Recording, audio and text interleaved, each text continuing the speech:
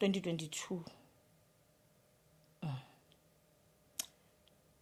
I'm sorry, angina memory sharp, so I can't remember which month. With manje, yeah. It doesn't matter. How lo mfana ilanga lakhona futhi wakhuluma nami ngefoni ekseni because mina yimi ngiyi1 ngela eJoburg most available eVelcom. Angifonele ekseni angitshela ukuthi hayi ngisafuna ukuya etown yazi angisana impahla. Ngisafuna ukuyibhekela impahla nje. Ngize ngithi kuya ungiphi imali athi hayi yo ngizokubona mara mina ngisafuna ukuthi ngiyobona ukuthi ngithola yini angisana impahla ngithi okay athi ngizokhuluma noma ngibuye etown ngithi alright. Ahambe ke it's okay. How? Mina mangithi ngiyamangala like I think it was late in the afternoon on that day. Ngibona sengithola icall engayazi. Mangithola le call engayazi.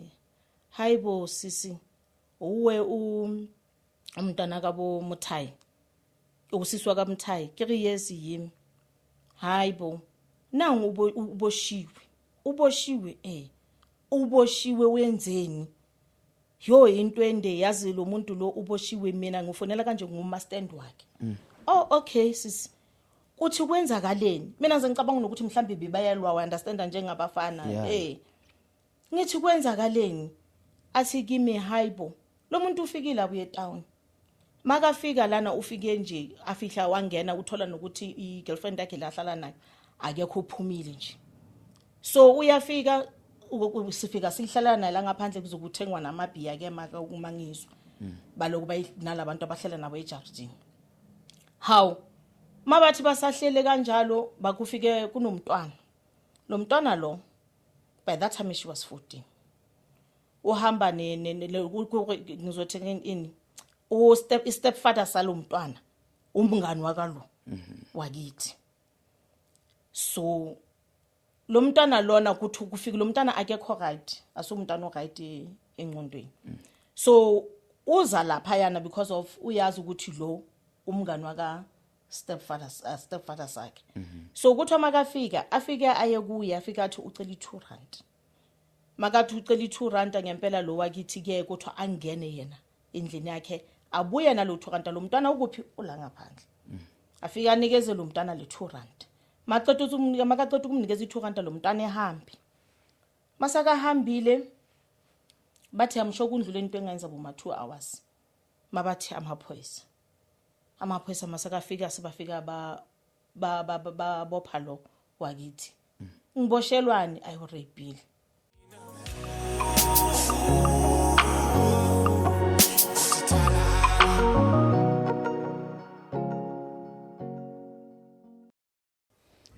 sanibonani babukeli emakhaya igama lami ke mina ngokwazi ngansele ngiphuma phansi lenkadla mahlathana nyama sinibingelela silapha ku Nep podcast lapho khona suka sixoxa nje izinto eziningi ezahlukahlukene ngabe izinkinga ezibhekene nabantu ubuhlungu obhekene nabantu emakhaya nokunye ke nje okuningi mhlawumbe okuphazamisa isimo senhlalo nokuphila kwethu.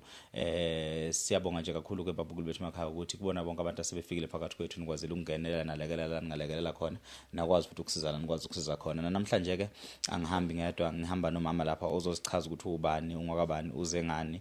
Ngihlezi ke ngishumayela ivangeli lodwa lama friends of podcast. If unentshisekelo noma unothando to be part of friends of podcast sacela uWhatsApp eceleni ukwenzela ukuthi sizokwazi ukuthi sibe nesikhwama la sizokwazi ukuthi umuntu mefikile phakathi kwethu akwazi ukusizakala right then kungabe ukuthi mhlambe silinda wena mbukele ukuthi kuzo kuba wona umfonelayo in case awumfonela umuntu kodwa ngokuba ufikile ehambe sizakela. Ama friends of podcast it's people who will volunteer and say thina kwazi njalo ngenyanga we are willing ukuphosa u5 rand u10 rand u100 rand whatever amount engabe kuthiwe iphosa so that siyazi ukuthi sinesikhwama esenza ukuthi izinto zibe lula for thina abantu abazofika phakathi kwethu because I can see nani niyapheneka kwesinye isikhathi ukuthi usibani banofikile ukwazi nokusizakala and ufica ukuthi ngempela akakasizakali ngaleso sikhathi because nathi ngaleso sikhathi besingana imali. But anyways officer kube ngcenye friends of podcast sacela sibhalele kule number ka 065 ekhona lapho kwibhayo yethu kwipodcast. Mawami asibingelele ubingelele futhi nababukeli bethu ekhaya. Sanibonani ngiyanibingelela ababukeli baka Nep Films. Yes. Kalumisa lona koma high inakho hlule isithu sakho ke manje noqhubeka khululeka ungakhathazeki ungaqhubeka. Naku hlule isisuthu sakho ke manje. Babukeli bethu becela ucela ukukhuluma isisuthu sakubo. Manje nanganibingelela kahle nganibingelela mase bethi badulele emakhaya ngisekunzima ke manje khuluma manje. Ngiyaxolisa kulokho. I think inokuba nervous. Yes. Yeah. So igama lami mina Agnes Rahlawu. Ngihlala eSoweto eShawela. Yeah. Originally ngibuya eLesotho. Okay. Ngibuya eLesotho originally because umama wala eFree State eVelcom but ke washada eLesotho. Yeah. So ithe later ke salandela ke nathi seza ngapha ke. So ngizoxolisa cause isiZulu sami asikho perfect. No problem. Yes, ngizocela ukuthi Mix. Yeah, lapho nalapho mangabe ngizwe ukuthi elinye igama liyangihlula ngizokhuluma ngelanguage yami. Yes. So kahle ngize lana namhlanje ngiyangacela ukwazi ngesikhathi esiningi ngiloko ngizama nangama email nanani because le podcast since ngiloko ngilandelela ngibona ukuthi abantu abaningi bathola usizo. So ngoba nami nje ngibona ukuthi hayi nginenkinga ngobrother wami. Yes. That's why ngabona ukuthi ngizocela usizo lana kule podcast. So kahle thina ekhaya kithi we are 3 girls and 3 boys. Mina yimi intombazane yogcina. Bese kuza labafana labayi3 ngemva kwami. So laba bayi2 abanilamayo nabo bashona. Sasala ngalo mfana oyi1. Then uye wahamba naye waya khona lapha eVelcom. Afika naye uzama indaba empilo. Then wafika wayohlala wayesifonela indawo elokishini balibiza ukuthi kusevision. Wafika wahlala lapho ke wasifonela indawo lapho. Ahlala nomshana wakhe. Umntana kasisi wami maka naye ayifonela indawo yakhe ayihlalela lena yahlala le but in the same location. So hey kwazi ngicela ukuthi ngibele emuva kancane. No problem. Le ndaba le sensitive in a way yokuthi ngumama myself nginabantwana bamntombazana. Yeah. And angiwishi nangelanga lomhlolo noma to my worst enemy ukuthi ungathi na umntana wakhe orejiwe. Yeah. Ibhlungu ngalendlela engayazi ukuthi injani for indaba umntwana ozodila nerape. Ayo idrama impilo yakho yonke. Yeah. Imosha impilo umntwana. So ngifuna ukuthi nizwe before ngingena kule story lesi le understand ukuthi how much I hate that. As umama fothozana namantombazana leyo angifuni inhliziyo yami yonke. Yeah. Ngiphinde ngisho ngithi kuphinde kube buhlungu futhi mawuzobheka ukuthi kunaba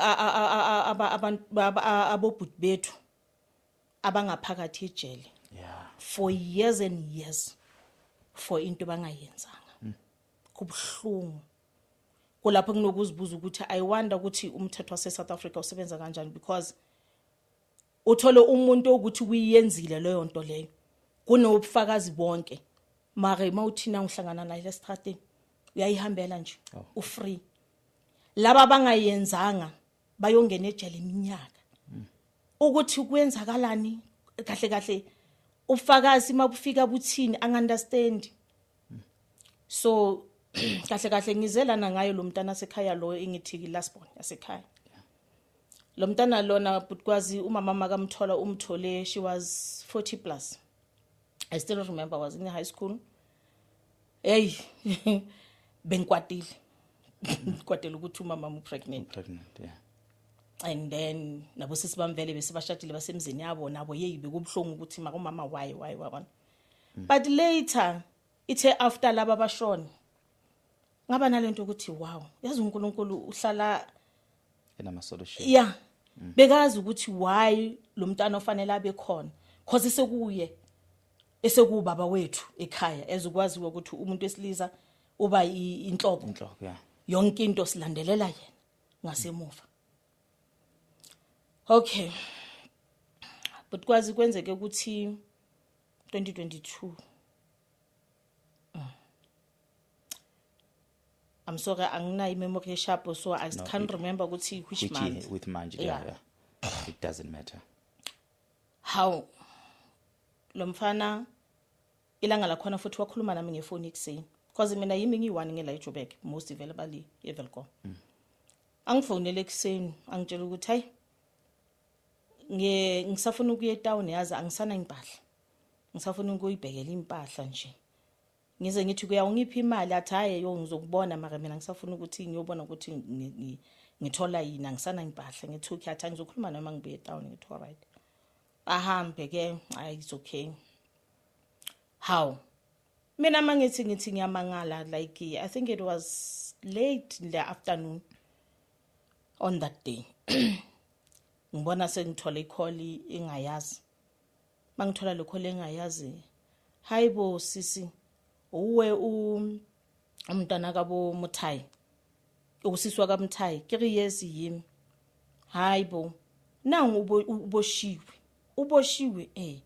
uboshiwe wenzeni yo into ende yazi lo muntu lo uboshiwe mina ngifonela kanje ngumastand wakhe oh okay sisi uthi kwenzakaleni mina ngize ngicabanga ukuthi mhlambi bebayalwa I understand njengabafana ngithi kwenzakaleni athi kimi hayibo lo muntu ufikile abuye town makafika lana ufike nje afihla wangena uthola nokuthi igirlfriend yakhe lahlala nayo akekho uphumile nje so uyafika sifika sihlala naye la ngaphandle kuzokuthengwa namabhiya ke maka umangizwa baloku bayinalabantu abahlala nabo eJardini how mabathi basahlele kanjalo bakufike kunomntwana lo mntwana lo by that time she was 14 uhamba ngizothi ini stepfather salo mntwana umngani wakalo wakithi so lo mntwana lona kuthi kufika lo mntwana akekho right asumntwana right engqondweni so uza lapha yana because of uyazi ukuthi lo umngani waka stepfather sakhe so kuthi makafika afike aye kuye afika athi ucela i2 rand makathi ucela i2 rand ngempela lo wakithi ke kuthi angene yena endlini yakhe abuye nalo 2 rand lo mntwana ukuphi ula ngaphandle afika anikeze lo mntwana le 2 rand makaqeda ukumnikeza i2 rand lo mntwana ehambi masaka hambile bathi amsho kundlule into engayenza boma 2 hours mabathi amaphoyisa masakafika sibafika ba bopha lo wakithi ngiboshelwani ayorapile ngirapile ngirape bani urape umntwana wena umntwana ongekho right futhi hayibo laba bamangala bathi kanjani lo muntu ngoba besiluko sihlelela lo mntwana makafika la kangena nokungena endlini ufika wacela i2 rand wafika wamnikeza i2 rand into enzeke nini ke manje le amaphoyisa ke benza umsebenzi wabo bamuthathe ehambi how ibe lonto ke butikwazi siluko sifonela nabanye abantu ke baloko basho bathi ayikho yonke lento le ayikho he okay naye kubeni isikhathi kuyakhona ukuthi uyazi ejele baba naleyo nto ukuthi ke batholela amaplan ukukhuluma nathi afika khona ukuthi akhulume nami angitshela ke ukuthi yazi angazi ukuthi ukwenzakalani angazi ukwenzakalani like angazi if uye wakhona ukuthi ukhulume nalabantu la ngihlala nabo ngithi bangifonele batholile amanamba bamfonela nale girlfriend yakho imfonele naye but even though yena akakhona ukuthi afakaze kakhulu ngoba bekangekho yonke lento mayenzeka uyabona hayi okay ibe lonto butikwazi ke kufike lo amadate emakhoti makufika idate emakhoti lo mama lo mntwana abangayi totally court zange baze ba attend iloko yafika amadate emakhoti aba-attend total kuzokufike elinye ilanga ke umama lo mntwana ahambe aye kuphi aye lapha yana kulo mshana makafika amtshela ukuthi yazi ngiyadleka man lento yangidla bengiloko ngithi ngifuna ukukhuluma nawe manje sengisaba ngoba ngiyazi ukuthi umphakathi ungibhekile kahle ngiyazi ukuthi yonke lento le uMuthayi akayenza how lona uloke umshana mbuza ukuthi uyazi ukuthi akayenzanga athi ngiyazi manje inkinga yami yiwani ngifuna ukudrop ama charges manje ukudrop ama charges wami ngiyasaba because ifamily iyangisabisa abangitshela ukuthi mangabe mina ngihamba ngithi drop ama charges mina ngizongena enkingeni because umntana lo akekho right into yokuqala kuzoboshwa mina so ngiyasaba hey angifonela lo mntana kasisi wami angitshela ukuthi hey anyeke uzokholwa nangu umama lo mntana bekakhona lana kimi ntontontontonton how manje ngicela ukuthi uye kuye athi yazini ngoba manje lento lesana amaphoyisa nanani angifuni ukuthi ngiloku ngiya lapha yana mina ezibangazi ukuthi ngifamily so mangihlangana naye ngizoyenza lo plan ukuthi ngikhulume naye ukuthi ngiyamcela nani nithe ngicela ukuthi ngempela ngoba uyasho naye ngomlomo wakhe ukuthi uyazi ukuthi lento le akayenzanga umthayi so secala ukuthi ahambe aye police station abatshele nje ukuthi ucela ukuthi a drop icase hayi uye wahlangana naye alokwamncenga but aloko naye amtshela ukuthi ngemampela anyakaza kwazi ukuyenza le nto leyo uyasaba how okay nini mangithi ke like bengiloko ngihlala ngithola ama calls man kubantu aba different abahlala like around lapha endaweni baloko bangitshela ke ukuthi do you know ukuthi lo mntana lo ukuthi urejiwe thina uma like isimangele because lo mntana lo uyaziwa la endaweni uhamba ungena kulama container abo my friend bambiza bamuphe ama 20 rand balale naye noma makhe hayi ukuthi akayazi lonto le uyayazi and akayenzi nix ngayo lonto le wonke umuntu la uyazi ukuthi lo mntana uyangena kulama container abo my friend bambiza nje naye use uyaya yena lapha ayiyele yena self makafika lapho uyazi ukuthi unikeza u20 rand bamfake lapha my friend like nje into wonke umuntu uyayazi lento lela so into esisibuza nokuthi okay fine makuthiwa umthayi uyenzile lento le maka that day njengoba abantu ahlala nabo bakhona lapha ngaphandle nini hayi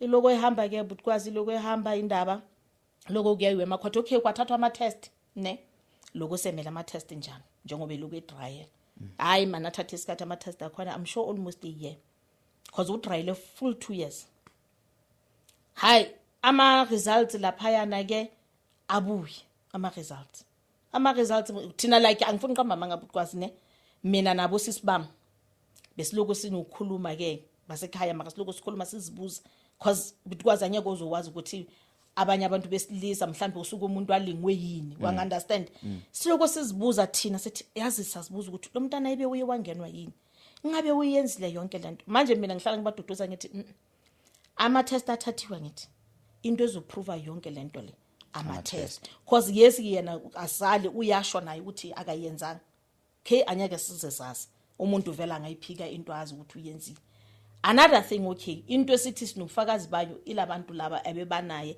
ngalesikhathi nomntana afika but okay asemele nama results afika ama results butkwazi ama results mase wafikile athi negative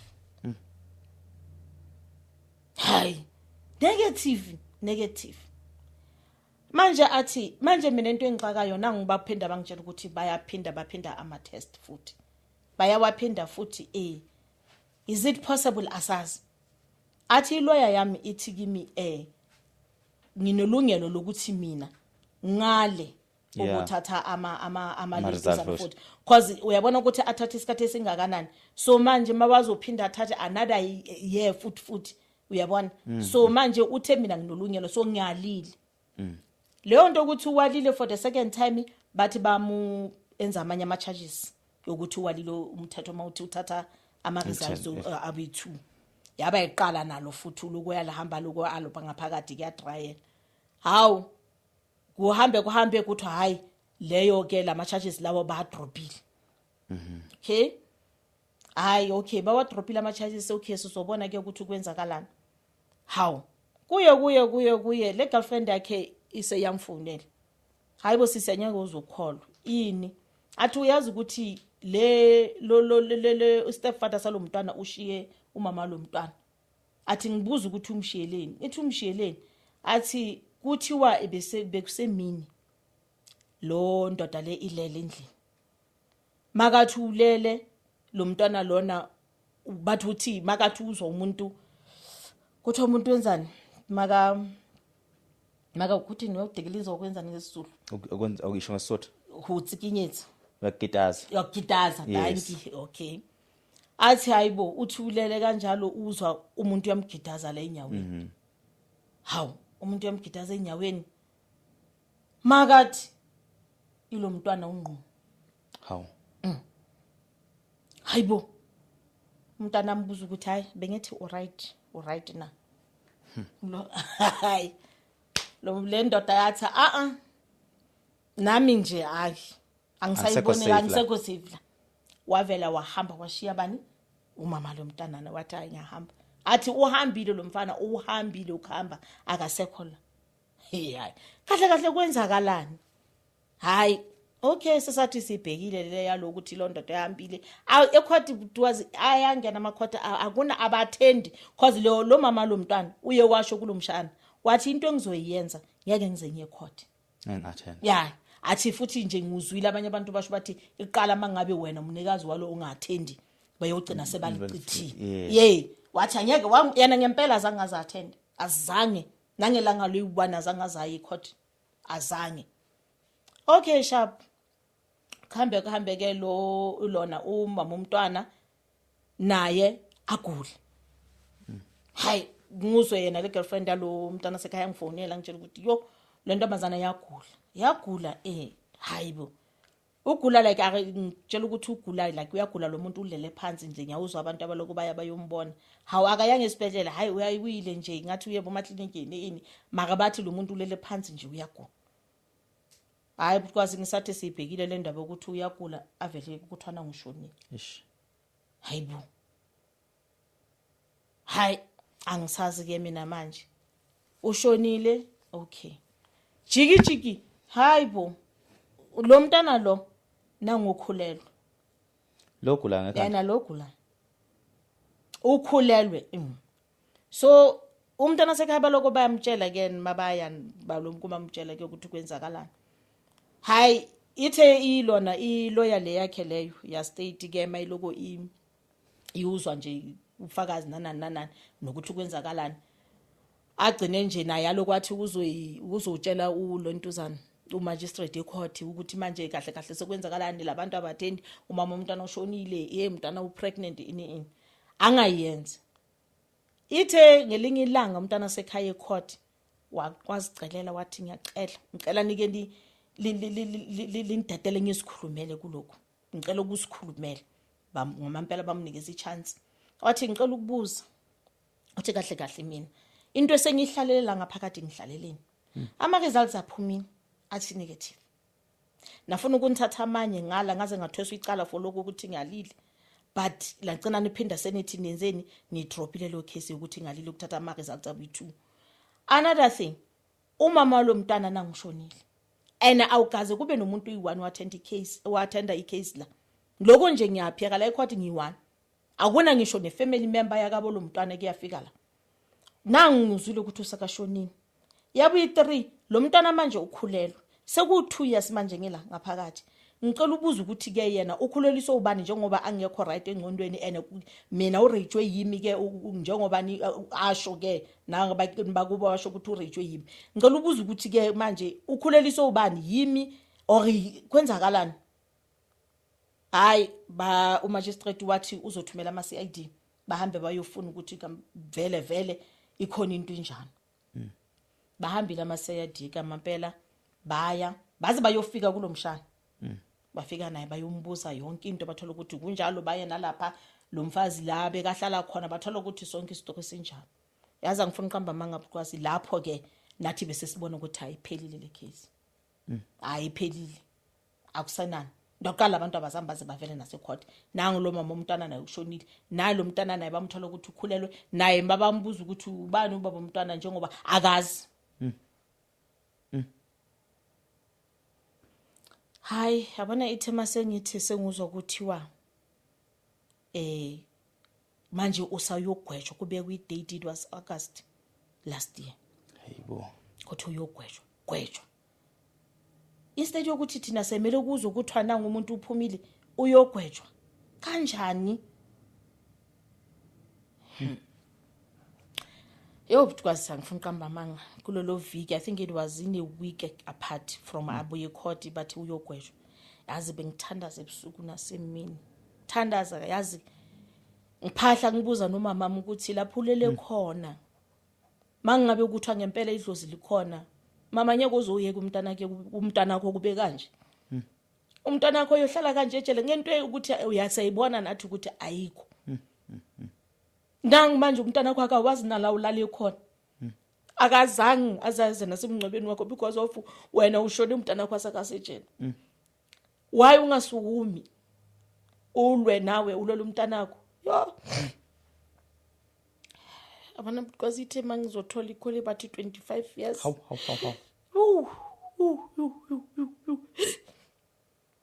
Yo. Yazi bengathi ukhona umuntu othatha inhliziyo yami etonza ngezandla. Yo Jehova. Sorry. Yo. Hayi. Yo, angaze ngawuza ubuhlungu obunje empilweni. Manje bukwazi asihamba thina abesuthu noshene lomzali. Kuba nesikhathi lapho nina abantwana balomzali ifanele sisuse lento leka sisuthu uthwa ke khutsana mina ukuthi nisusa ubuntandane. Yeah. Ene mawungasusanga lobuntandane bukwazi osawuthi uthakathiwe. Yonke into yakho iba mnyama. Ayikho into ohambela kahle. Yeah. Umama thina siyagunda ekhaya. Bekumele bemama sesamgundela. Sagunda. Alikwazanga kumzilela. Cause of ukuthi lo usejele asikwazi. Asikwazi ukuthi sisuze lobuntandane lobu because of why yena esithi uye inhloko kithi akekho sejele. So hamba nalento. Kuze kube nini thina impilo zethu zimile. Impilo zethu zimile kwazi. Zimile. Asikwazanga nokuthi silela umama. The way kufanele kube ngakhona. Yeah. Because of usejele asikwazi. So nje yo because yabona mangabe yonke lento lena nobufakazi bebukhomba ukuthi lo mntana uyenzile yonke lento le. Yazi because inhliziyo yami besoxola. You know why? Besoxola because bengizoba nalento ukuthi yes umntana sekhaya uzalwe nami impela. Anyeke ngize ngisho ukuthi angibuza ubuhlungu ngiyabuzwa but umele Serve justice. Yes. Lento ayenzile ayikho right. Like bengizoxola because kakhulu bengizoxola emoyeni wami ngitshela ukuthi yazini. No man. He did wrong. Vele ufanele ukuthi ayenzeni ayenze lamaqala wakhe. Bengizoxola because but manje umuntu uxola kanjani njengoba uloko ubona ubufakazi buke ngaphana ngapha uyabona ukuthi mani lento lena ayikho. Mawuthi wabheka kwamanye ama podcast because uyabona ukuthi umuntu uzokutshela ukuthi ngihlele ejele 15 years yonke. Khana bazobona ukuthi lo muntu lento bengayenzanga. Sonke le like iminyaka engaka yomuntu azwe izomosheka impilo yakhe yonke asejele. Bese at the end kukhana kuzobonakala ukuthi lento bengayenzanga. Kanjani? Why fanele ukuthi abantwana babantu baluze life yakhe umuntu ayiluze nje? Ahlale ejele iminyaka neminyaka. Cabanga nje 25 years kuzotshela ukuthi umntana wengele 25 years. So lo mntwana ugula nani lo ongekho right? What's the problem? Ungathi uzalwe njalo. Ukukhubazeka kwakhe kuphi? Ingqondo. Yeah, ngathi lo mntana lo ngathi vele nje uzalwe ingqondweni angekho right. But ingqondo engekho right. Yeah, ngathi ingqondo engekho right. Yena like physically right. Physically right. Inkinga ingqondo yakhe sorry. No problem. Inkinga ingqondo yakhe ngathi ayikho right vele yena bathi uzalwe njalo vele. So uma bemgweba ibuphi ubufakazi obebuqhamuka befika nobantu bobufakazi since abantu ababazali bomntwana naye umntwana engekho right, who was attending the case till the end? Akekho. Usho kule side la kale family. Yes. Akekho butikwazi. So ubufakazi inkantolo ibuthatha kuphi? Yazi iyo yonke lento enganama answer kuyo. Yazi why butikwazi nganama answer kahle kahle aphelele. Understand ukuthi ngihlala la. Yeah. Lo muntu lo uboshule. Severcom. Icase yakhe behambela kuphi eFenter. So like wa understand ukuthi bengithola nje ama update cause bekuzoya ile girlfriend yakhe ecourt unalo ulentuzana umshana yeah yibo abantu bengithi most bahamba baye ilentuzaneni ecourt like simangele sonke simangele ukuthi kahle kahle lo muntu ugweshwa phezukwana. So no, I think it was 2 weeks back if I'm not wrong. Uye wangifonela. Yeah, lo yeah angitshela ukuthi esisi angazi nangi bangibizile la bafika bangitshela ukuthi ngiyaqualify ukwenza iappeal. So bathi bayolanda ilentuzana yonke la lobufakazi lapha la bengikhona eFenter. Yeah. Bayolanda khona so nanoma yinini nje ngizothola indaba ecourt date yase court. So like ngiyasho ngithi yazini into engidinayo i1 butikwazi ama lawyer lawa we state noma ngabuyela bayenze lentuzana hayi kuyafana shem because if I do believe ukuthi if lo mntwana uye wathola ilawyer yamampela right kuyo yonke lento lena ngabe ayikwakufikanga la. Very true. Ngabe akufikanga because nami ngayona nje lawyer I can tell ukuthi le case le ayikho ngabe ayifikanga la ifike khona butikwazi ngabe azange izifike khona. So after inkantolo umantshi or magistrate esethumele amasibane CID uthi ama-CID yes esethumele ama-CID, what was the report after that?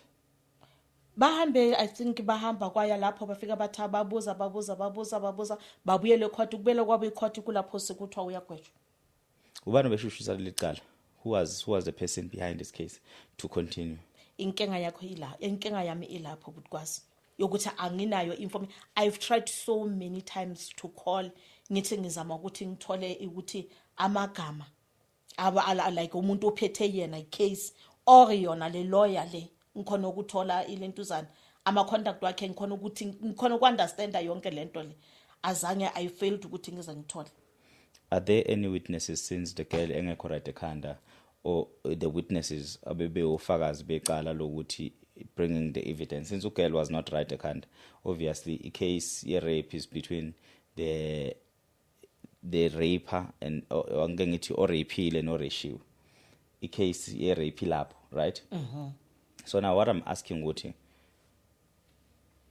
since ugele bengekho right to tell her story, who was that person obeme esayidini la kantombazana?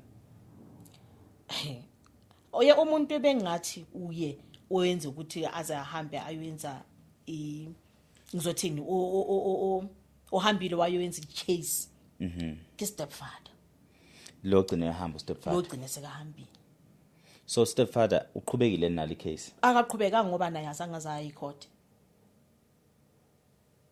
So somehow mina ngiyazibuza ukuthi or mhlambe ezilabantu bekwabangani ibe bake baba mhlambe ne garage yeah somehow enze ukuthi yena avela decide ukuthi azothi lo like nakhona because enye into engayiunderstand ukuthi ibe khona ngalo langalelo into enze ukuthi ithi lo mntana makafika babone ukuthi urejiwe ibe lo mntana ufike wathi ngirejiwe or in because now ema continent uloku waya ulala khona akafiki awukhulunywa ukushiwa next. Why that day it was kwavela ukuthi urejiwe ilento engayazi ukuthi kwenzakaleni that day.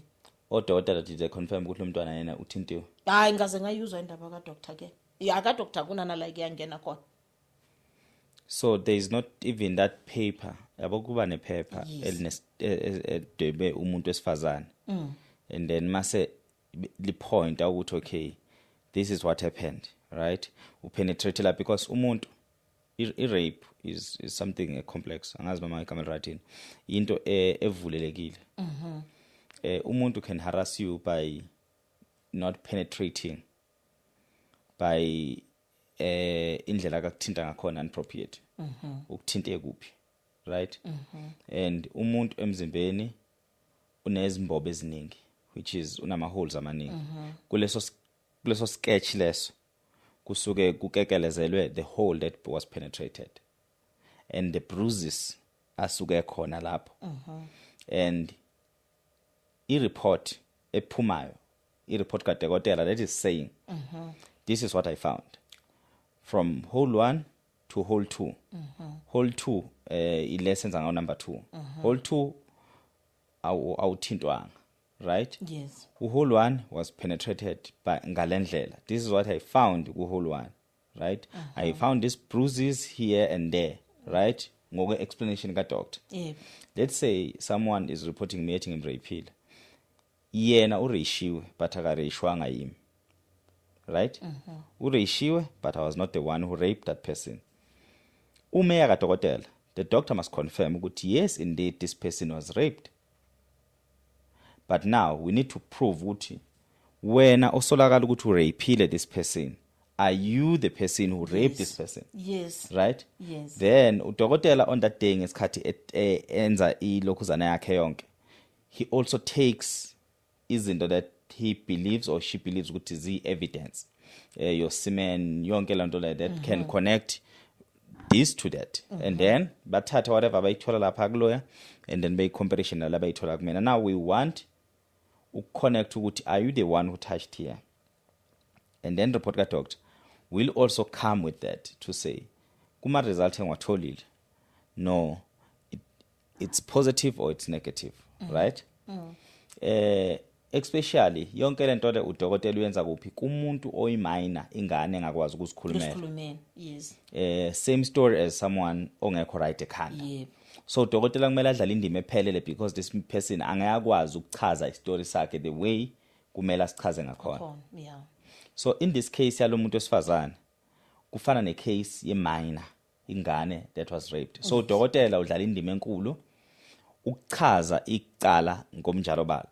So kumele futhi kube nofakazi ke in this case. Ofakazi abashoyo ukuthi no, usibanibani ngampela uke wangena endlini kaSibanibani. Mina as baba umntwana, yes, umntana wami utheme ibuya la kade buya khona, ngabona indlela ade hamba ngayo or ngabona umchamo wakhe unegazi or ngibone anything or uvele wawa because ubesephelelwa amandla.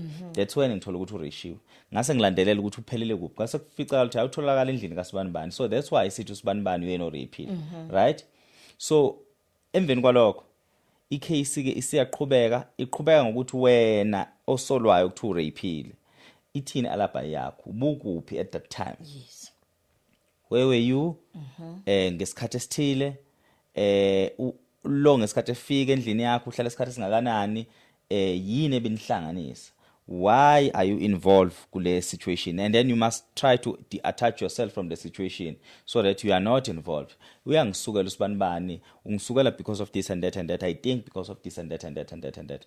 Ningafonela uSibanibani can confirm ukuthi angekho while we waiting for ama result kadokotela. Maybe ama result kadokotela may it negative, then you are granted bail ukuthi you can go outside while we still do the investigation, gathering yonke information esifunayo, the evidence, no fakazi. But in this case I'm trying to get ukuthi is there a sketch kadokotela, since this person is more like a minor, since angekho right ekhanda, is there a sketch kadokotela, who are the witnesses, ama alibi kabhuti, which is manje ofakazi bakabhuti abamela ubhuti or ama alibis kabhuti athini wona. Ubhuti does have ama alibis where abantu abaconfirma ukuthi ngabiza uSibanibani nganginabo the whole night, because you cannot say ngirape umuntu ebusuku ekubeni I was with you ebusuku bonke nginganaye lo muntu loyo. So ubhuti ama alibis akha kuphi, yini le inkantolo, because inkantolo ayiguli ngekhanda. Inkantolo I don't think ukuthi bengavele befuna ukubopha umuntu. Kukhona lento that is driving enkantolo to believe ukuthi ngempela ikhona, right? So now what is it that is driving enkantolo? Because when ungayisukumela uyithathele phezulu and say I want to fix lento le, ufica ukuthi kunezinto ongazazi kwi case because you were not attending the case. Yes. And people who were attending the case, they're not being honest to you ukuthi ikwenzakaleni. Remember ukuthi even if ofakazi bakamntwana bekho, istate can be the one pursuing the case. Even if wena as uma wengane uthi no, ngiyalisula leli cala. I-state can choose to say, we are protecting the child. We pursue the case. So ungafica ukuthi state was the one continuing with the state gathering their own evidence.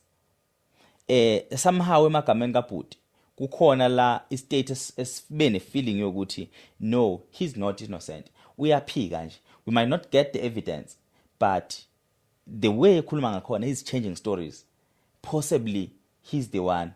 So uma udinga lawyer, usuke udinga lawyer that will challenge i-state in that situation yokuthi yes, indlela kakhuluma ngakhona khona iyaveza ukuthi engazi ukuthi kuyasolisa ukuthi khonto akayenzile. But now where is the evidence? Like ikuphi la nihambe khona naphelela khona nina as a state evidence tangible ukuthi lo ngampela uyena orapile. Because ungafika ukuthi ubhuti wakho uyena osifaka enkantolo ngendlela kade ekhuluma ngayo, because ukuboshwa komuntu ku between abameli or ku between ukuthi ubani obeka iside le story ngendlela right. So ubhuti wakho the way bebeka ngakhona iside lakhe le story ikhona ukumfaka ejele. So that's why umuntu onile necala umfice ngaphandle.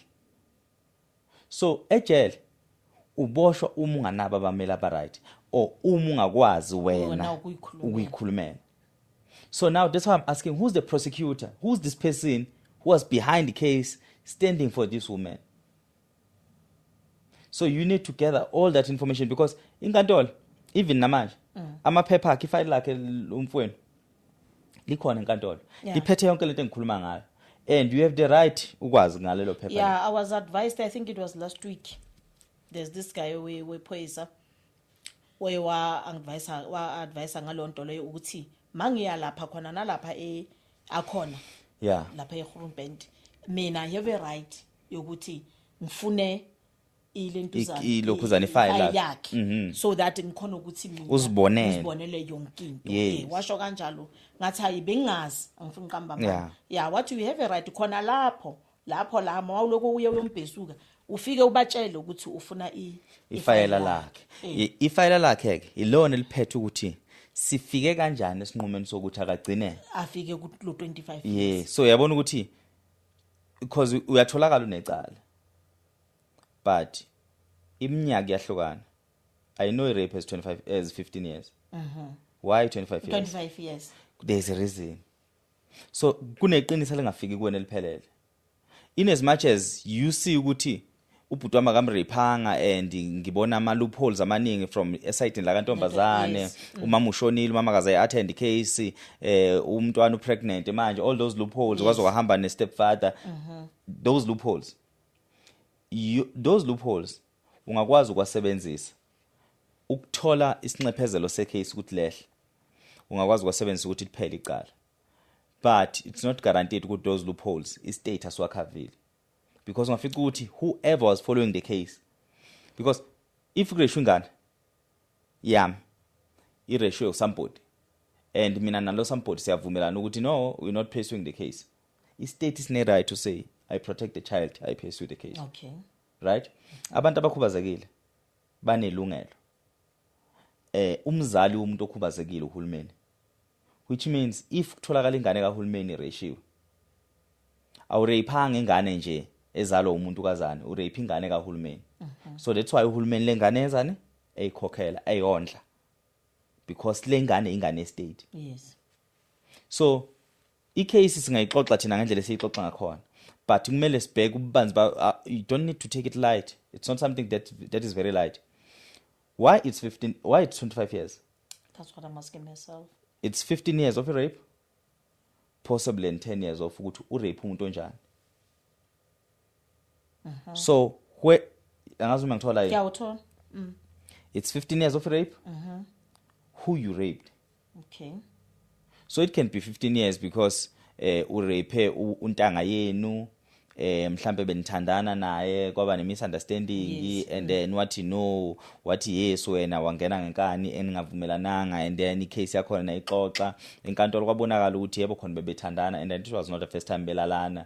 It's just that on that day untombazana was not ready to do it, right? And then it can be 15 years. But raping someone on a gunpoint, so now it's totally different. You rape this person and uphethe spam, right? Okanye you rape this person and itholakala ama bruises, so it's now rape and assault. You rape this person is mentally disturbed, so it's rape plus who you raped, so it I get adds. you. Uyangithola? So i-case ihlezi edaka kanjalo, but still ekhubazekile ekhanda. It can be lesser than 15 years. Mhlambe bekungaba ukuthi yes we see ukuthi umrapile, but the way kwenzeke ngakhona we don't have full evidence, and this and that and that and that and that, the way usiphethe ngakhona we feel like lo 3 years already usuhlalile uhamba leli icala leli. It adds to eminyakeni yakho ebengathiwa sikupha yona, so siyakuphulela le 3 years osuyihlalile utokile nangendlela behavior ngakhona we feel like ngathi rehabilitated usu right, and the way sibona ngakhona lo ntombazane lo ngazi ukuthi uye vele lingabantu besilisa, so we need to consider that ukuthi yebo khona uyagula but usetholakala endaweni eziningi ukwabanqunu ku step 5 uyabonakala emakuleni this and that and that and that. Anyone can fall under this trap, but because when that advantage ukuthi akaphilile ekhanda, so they were giving you 5 years, and then lo 5 years uzoyishaya ungaphandle, yabo. So icala angiyenimeli angikaze ngifundele lo, but icala can lihlezi linezinto zalo eziningi, so you need to know ukuthi icala nendeni, so that umuntu ozokusiza from the podcast ethi I want to help you with this case, they need to know ama ins and out of the case. Yeah. Ukuthi ubhuti wakho ungafika ukuthi yena deep down kukhona into akazikhulumile, mhlawumbe ubhuti wakho uvumile ukuthi bakababonana nentombazana on that day but akamrephanga, ngenza isibonelo. Mhlawumbe ubhuti wakho uvumile ukuthi ke sahlangana naye but I didn't rape her, kulo 2 rand akamnika wona. Why you gave her 2 rand ekubeni kuvela ukuthi lo muntu lona ureshwa ngo 20 rand, and then wahluleka uku-explain ukuthi what was the reason you gave her, Yeah. what was the reason you gave her 2 rand. Ujwayele ukumnika 2 rand, and ngokulalela ngokwenkulumo kwatholakala ukuthi bona ngesingabe enkantolo yabona ukuthi yazi it was not the first time actually, yazi ngokwe feeling yethu sifile ngazuthi this thing has been happening. Ibhati ungafica ukuthi laphuma naye inezimatshe bezilala namakula, but nalo ungafica ukuthi thina kwenkantolo sifile ukuthi wena ukwenzile izikhathi eziningi, it's just that lo yakanayo umuntu ozommela, so thina ngokummela kwethu sifundisa wena isifundo,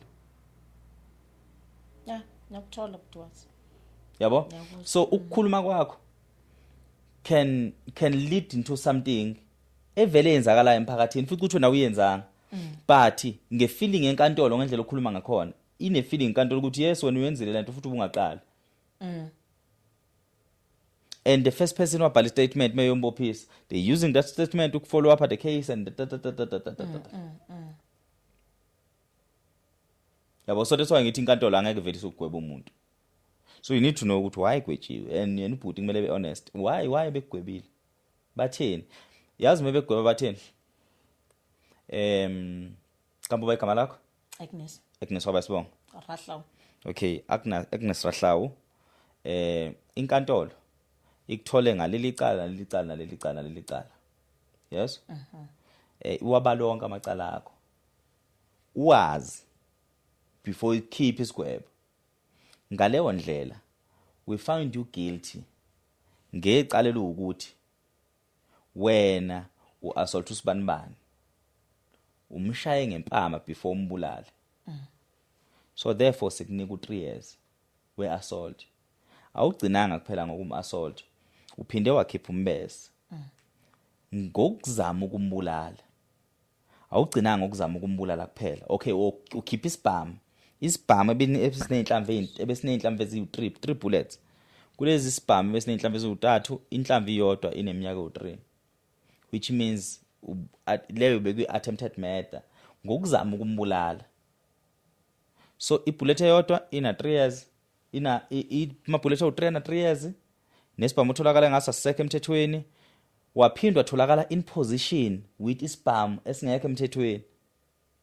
Yabo, asikakakhulumi la ukuthi lo muntu lona assaultile, njalo asikakhulumi ukuthi lo muntu lona usumlimazile okamlimazi, sakhuluma nje ngeinkinga obhekane na ozenzile before ufike ukuthena umlimazi.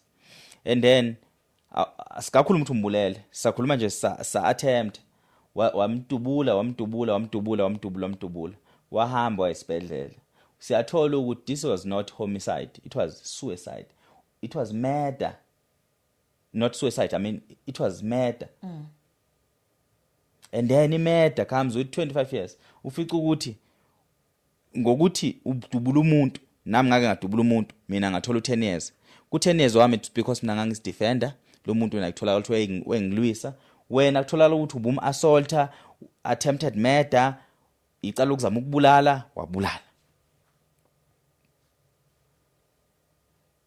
So yabo ngendlela isigwebo sihamba ngakhona bayaxoxela sonke isigwebo sakho ukuthi ke noma usu-aphila unalo ilungelo lokuthi no the firearm kuyiphuthu ukuthi nithi ayikho emthethweni.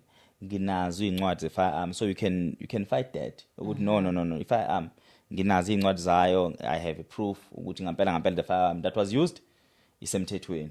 Then if ku-firearm bekuphe 5 years, then bangakuphulela ku5 years kusalele eminye iminyaka. So same story ke nakubhuti.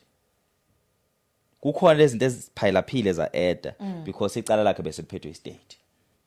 Ngokucabanga kwami. Njengoba vele angithi uyabona ukuthi njengoba ifamily yalo mntana bengathendi at all. Yes. Yeah, icala lakhe beliphethwe istate. So going against the state, it's not easy because the state cannot go against the state. So if uphethe immeli exactly ukahulumeni abameli bakahulumeni bonke. So do you think ummeli kahulumeni can help you to win against uhulumeni? It will never happen. So at least makuthiwa abaphethe ummeli wabo nawo uphethe wakho ummeli. Exactly. Abameli aba-private bo-two. But in this case ummeli we-state, icala liphethwe state because they protecting the umntwana. Yes. Yeah, I hear you. So mina with my advice, whoever uzokuthinta wherever mawufuna usizo, qala uhambe lapha la kaboshwe khona. La. Uthole yonke i-file lakho, ulicheck ulibuke nawe. Yeah. Lizokwazi ukuphi closure enhlizweni yakho, lizokwazi ukuphi iqiniso lento eyenzakalile. And then uhlale naye phansi ubhuti wakhe akuxoxele okunye kwakho ocabanga ukuthi akakuxoxanga. And then once you get yonke into, then you can challenge, even if wamrape, then sihlezi sikhona isinxephezelo sokuthi how can you manipulate this thing ukuthi be right, because abarayishiwe abarayphile bangaphandle abangakaze barape baboshiwe. So it gives you a question ukuthi why a rapist is roaming around the street but someone who never raped anyone uboshiwe usejele. Yazini because yeah, I'll do that. Yeah. Ngizohamba ngifune ifile lo mfana ngize ngiyithola ngikhona ukuthi ngicheke kahle nami. Yabona mangabe kamampela uyenzile makahlala safe iminyaka yale bamnikeze yona. Makahlala mangabe uyenzile lo nto leyo nami ngibona vele kwamampela ukuthi nayi lento lena vele manje ngiyabona ukuthi vele lo mfana uyenzile. Makahlale because as much as kubhlungu yezwe umntana sekhaya, but if uyenzile lo nto leyo makahlale ejele because angeke ngize ngipromote into ukuthi ilentuzana irape iright, ngaze kahle ukuthi nami ngumfazi ngizele amantombazana, like I can't promote that. Very true. I can't. I don't want to lie to you as much as it hurts, but makahlale mangabe uyenzile. So but I think I'll be at peace if that's why because ingakhona ukuthi ngivele ngithi let me just let it go.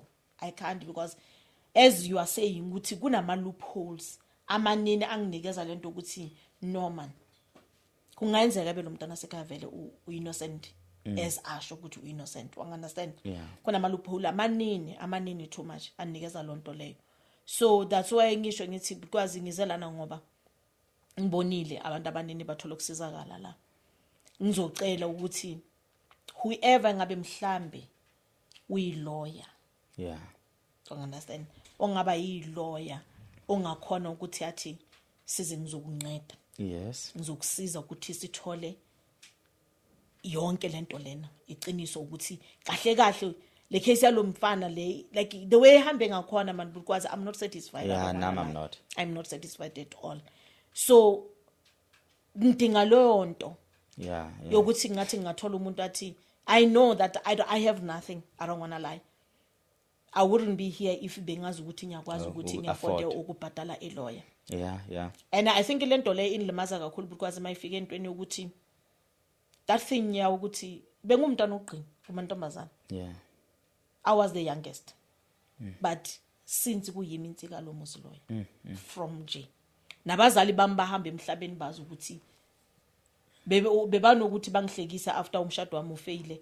Bathi lona ukukhuluma nalo brother wami bekeza ngemva kwami ethi after umshado wami ufaile athi kimi hawu ukhalelana ngabe awukhali wena uyazibona nawe ukuthi wena wendoda la ekhaya ushatelana you understand the way since nje kwaba mina ngiyinsika lo muzi loyo yeah yonke into kuyashona ngoba mina ini ene lento leyo yeyangilimaza intweni ukuthi kugcine at the end mina kwamanje ngisasemshadweni nabantwana bami amine emcasheni yeah ngafocusa kakhulu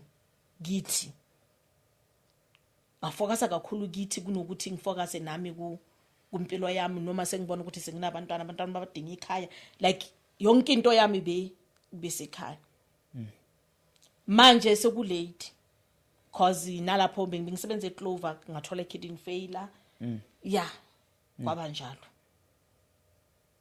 And manje usele nalo ubhuti wakho osejele ke manje ukuthi uyena umuntu okuthiwa ubaba wekhaya.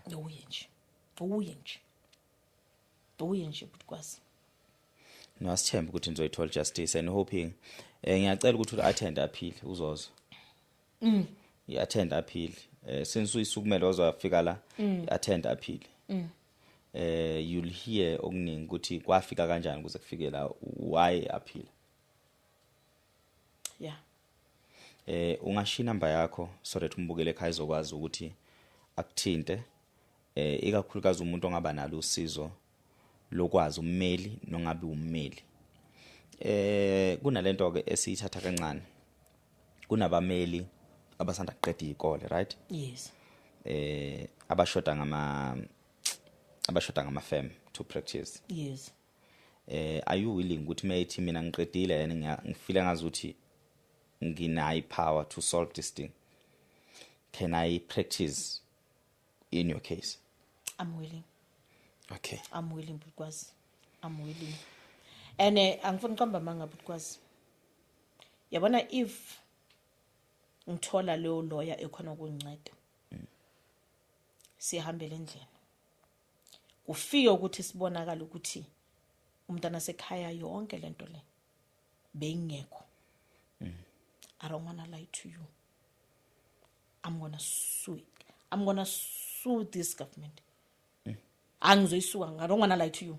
I want to lapho ngane ngalali nasebusuku. I will never let it go. So ummeli simtholayo if uyasithemba neyibona ama loopholes ukuthi this thing can be won akasondela because kune possibility ukuthi angeke siphelele la will move and sue the government. Exactly. And that's where your gain will come from as a lawyer to say if you win this case you might not get paid ngokuthi ukhiphele umuntu ejele as long as umthola ukuthi innocent then the case will continue. I will continue as long as ngiphila ngisahamba phezulu kwalomhlaba. I will never because I can't let it go shame. No. Hence I'm saying kuwe ukuthi namanje ngisasho nakini babukeli ngicela ningacabanga ukuthi ngipromote rape. I hate it with passion. If it happens ukuthi lo mntana sekhaya uyenzile lento akahlale ejele makahlale ahlalele lento ayenzile. But if kwamampela ngithola uyilawyer ethi ngizokunceda sihambe lendlela sithole ukuthi umntana sekhaya uinnocent ayabona lapho khona mfuna uqamba maka because yabona inhlane enginayo vele mina into mangithi ngiyayenza because mangithi yabona lento ngiyayenza lapho ke khona I don't want to lie to you. No, I can tell. And nami futhi nami ngiyayibona ukuthi ayikho le ayikho ke le ayikho le and uma singathola lo right I feel like kulula ukuthi win. And isikhatha kasihlalele ejele how many years now? Ugwejwana ana full 2 years which was August, which means it's 2 years, I think, from August. Everything it is September, October, November, December, January. Okay, so go February manje, which means it's 2 years, 7 months again manje. Yes. Oh, usahlala 7 months kulesigwebo sakho. Yeah. Okay. Ngisacela ushiye inamba yakho mama. All right. The number yam is 072 Yes. 1735 012. Ungayiphinda futhi. 072 1735 012.